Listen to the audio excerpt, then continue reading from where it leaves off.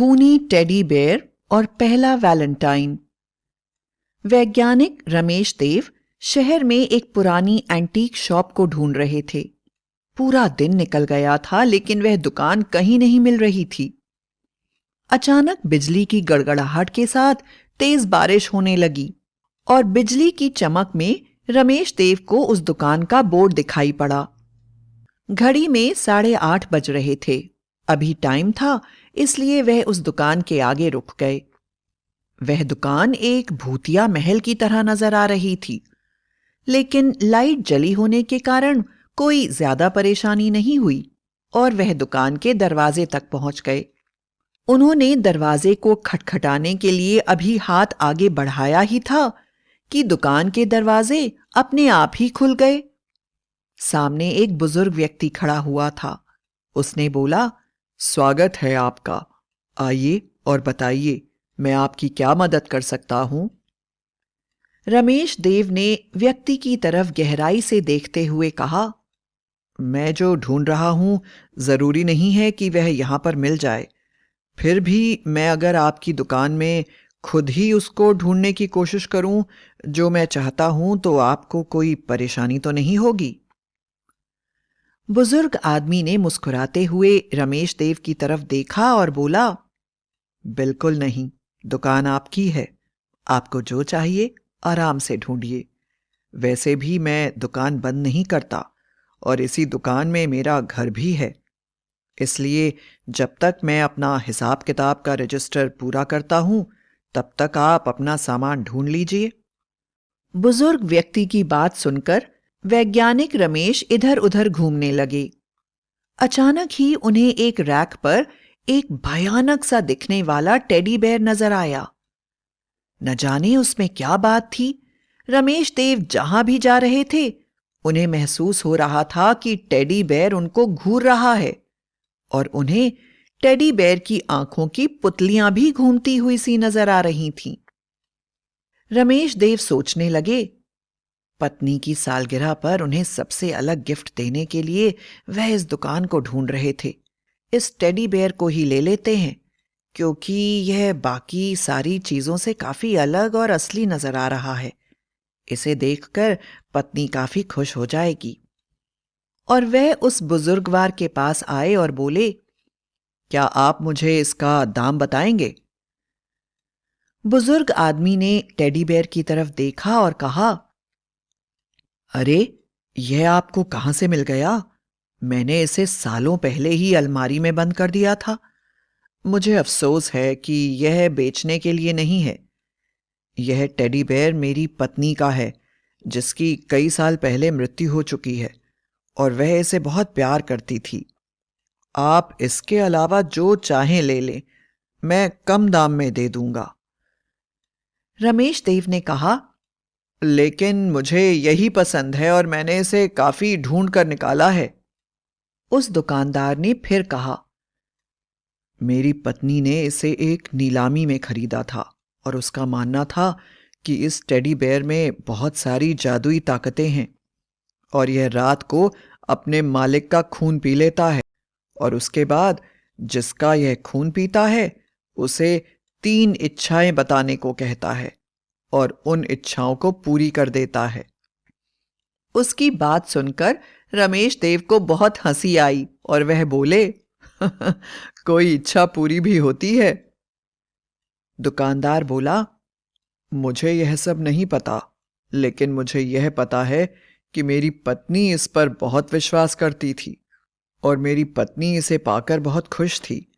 मेरे लिए यही काफी है। मैं इसके मामले में ज्यादा पूछताछ नहीं करता था। रमेश देव ने कहा, लेकिन यह टेडी बेयर तो पूरी तरह से नया नजर आ रहा है। क्या आपको पूरा यकीन है कि यह आपकी पत्नी का टेडी बेयर है? देखिए, इसके साथ जो भी कहानी जुड़ी हो, आप जितने भी पैसे कहेंगे मैं आपको दे दूंगा, पर मैं यह टेडी बेयर लेना चाहता हूं। दुकानदार ने कहा, मुझे समझ में नहीं आ रहा है कि दुकान में इतनी सारी खूबसूरत चीजों के बीच में आप इसी को क्यों लेना चाहते हैं? तो रमेश देव ने कहा, मेरी पत्नी को जादुई चीजें और एंटीक चीजें दोनों ही बहुत पसंद हैं और इस टेडी बेयर में वह दोनों ही खूबियां हैं। आज हमारी शादी का पहला वैलेंटाइन डे है और मैं किसी भी तरह अपनी पत्नी को खुश करना चाहता हूं। मैं इसके लिए आपको 1 लाख रुपए तक दे सकता हूं। दुकानदार ने आश्चर्य से देखा और बोला, मैं इसे बेचना नहीं चाहता। रमेश देव उस दुकानदार के पीछे पड़ गए और बोले, मैं आपको 2 लाख रुपए दूंगा, लेकिन आप कृपा करके यह टेडी बेयर मुझे दे दीजिए। दुकानदार ने बहुत आश्चर्य से उन्हें देखा और बोला, ठीक है, आप इसे ले जाइए, लेकिन इसके बाद ना तो मैं इसे वापस लूंगा और ना ही मेरी कोई भी जिम्मेदारी होगी। रमेश देव ने टेडी बेयर उठाया और अपने घर की तरफ पहुंच गए। घर पहुंचने पर उनकी पत्नी ने दरवाजा खोला और बोली, आज तुमने बहुत देर कर दी। इतनी देर से कहां थे तुम? रमेश देव ने अपनी पत्नी को गले लगाकर कहा, मैं तुम्हारे लिए वैलेंटाइन गिफ्ट लेने गया था। तुम्हें विश्वास नहीं होगा मैं तुम्हारे लिए क्या लाया हूं।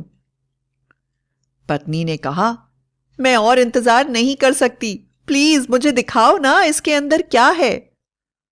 अपनी पत्नी की बेचैनी देखकर रमेश देव को हंसी आने लगी और वे हंसते हुए बोले, अच्छा ठीक है, मैं तुम्हें दिखाता हूं। और उन्होंने पैकेट के अंदर से टेडी बेयर को बाहर निकाल दिया। टेडी बेयर को देखकर उनकी पत्नी हैरान हो गई और बोली, तुम मेरे लिए यह गिफ्ट लाए हो? यह भी भला क्या गिफ्ट हुई? इसमें क्या विशेषता है? रमेश देव ने कहा, इसके मालिक ने मुझे कहा है कि यह टेडी बेयर बड़ा ही खूनी है। यह पहले अपने मालिक का खून पीता है और उसके बाद उसकी 3 इच्छाएं पूरी कर देता है। पति की बात सुनकर रमेश देव की पत्नी जोर जोर से हंसने लगी और बोली, आप भी कैसी कैसी बातों पर विश्वास करते हैं। प्लीज मैं इस टेडी बेयर को अपने गले पर रख देती हूं। देखती हूं यह मेरा खून पीता है या नहीं। अपनी पत्नी को इस तरह से व्यवहार करते देख रमेश देव को डर लगने लगा और उन्होंने कहा, अच्छा ठीक है, तुम टेडी बेयर को अलमारी में रख दो। मैं नहाने जा रहा हूं और तुम खाना तैयार करो। उनकी पत्नी सहमति में सिर हिलाकर उठ खड़ी हुई और रमेश देव नहाने के लिए बाथरूम में चले गए। लेकिन रमेश देव के जाते ही उनकी पत्नी ने टेडी बेयर को फिर से उठा लिया और उसे अपने गले के पास रखकर बोली, क्या तू मेरा खून पिएगा? और जोर जोर से हंसने लगी। अचानक ही टेडी बेयर की आंखें चमकने लगी। रमेश देव की पत्नी बोली, तुम्हारी आंखें कितनी गहरी हैं, बिल्कुल असली। उनकी पत्नी टेडी बेयर द्वारा सम्मोहित हो चुकी थी। उसके बाद उन्होंने फलों की टोकरी में रखा हुआ चाकू उठाया और अपने गले को काट दिया और टेडी बेयर को अपने गले पर रख दिया। देखते ही देखते टेडी बेयर ने अपना मुंह खोला और उनके गले पर मुंह लगाकर उनका खून पीने लगा। इसी समय रमेश देव नहाकर वापस आ गए और यह दृश्य देखकर वह जोर जोर से चिल्लाने लगे। उनकी पत्नी का सारा खून टेडी बेयर पी चुका था और उनकी पत्नी मर गई थी। अचानक टेडी बेयर के अंदर से आवाज आई। वह बोला, बोलो, मैं तुम्हारी 3 इच्छाओं को पूरी करना चाहता हूं। रमेश देव ने कहा, मेरी पहली इच्छा है कि मेरी पत्नी को जीवित कर दो। दूसरी इच्छा है कि हमारा पीछा हमेशा के लिए छोड़ दो और तीसरी इच्छा यह है कि वापस अपने मालिक के पास चले जाओ।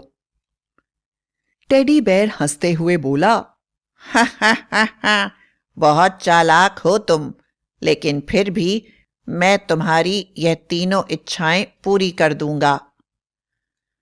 उसने रमेश देव की पत्नी के होठों पर किस करा और वह घबरा कर बैठ गई और वह टेडी बेयर वहां से गायब हो गया। रमेश देव और उनकी पत्नी गले मिलकर जोर जोर से रोने लगे और दोनों ने वादा किया कि अब वह ऐसी किसी चीज को घर नहीं लाएंगे जो उन्हें नुकसान पहुंचा सकती है। और फिर उनके घर से वह टेडी बेयर हमेशा के लिए वापस उस दुकान में चला गया जहां से वह उसे लाए थे।